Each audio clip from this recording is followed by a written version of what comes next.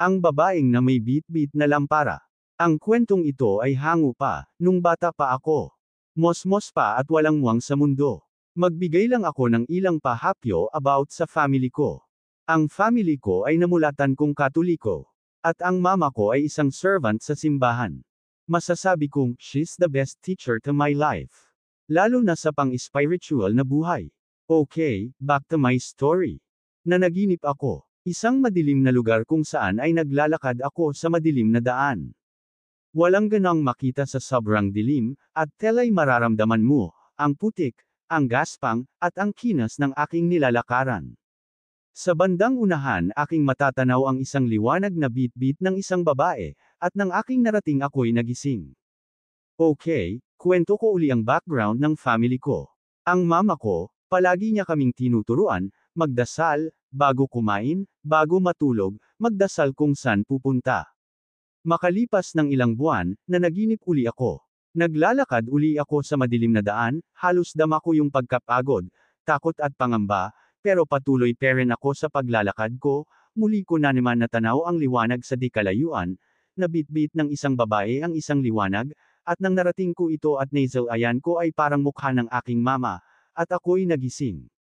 Okay, dahil mosmos ako at walang muwang sa mundo, naangking ko ang ugali ng palaban sa magulang, nagtatanim ng galit at nagmumura din, ngunit isang beses na pinagsabihan ako ng mama ko, hindi magandang ang pagmumura, kaya inalis ko sa isipan ko ang magsabi ng hindi maganda.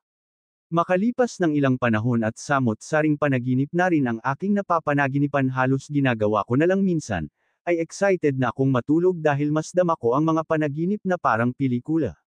Nanaginip uli ako, naglalakad uli ako sa madilim na daan, at naliliwanagan nito ang daan na nilalakaran ko, sa bandang unahan ay matatanaw ko ang isang babae na may bitbit na tela'y isang lampara, dahil maputik ang daan ako'y naiiwan. At muling didilim ang kapaligiran. Ngunit kahit na nangangapa sa daan ang aking paa ay magpatuloy pa rin sa paglalakad gang sa marating ko na uli ang liwanag kung saan siya natigil, pag naiiwan ako ay tela hinihintay ako ng liwanag, at gaya ng isang lampara na uubusan din ito ng gas, kaya habang hinihintay ako, ay pinapatay muna ang sindi upang hindi maubos ang gas. At nang dumating ako kung saan yung lugar na hinintay ako sa daan.